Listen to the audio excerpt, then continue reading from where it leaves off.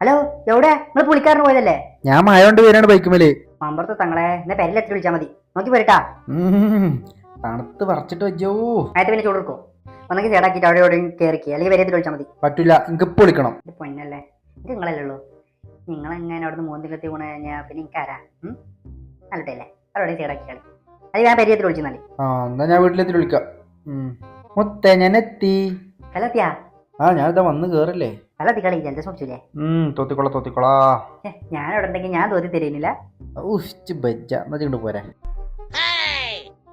പിന്നെ ഞാൻ ഇപ്പൊ ട്രൗസർ മാത്രം കിടക്കട്ടാ.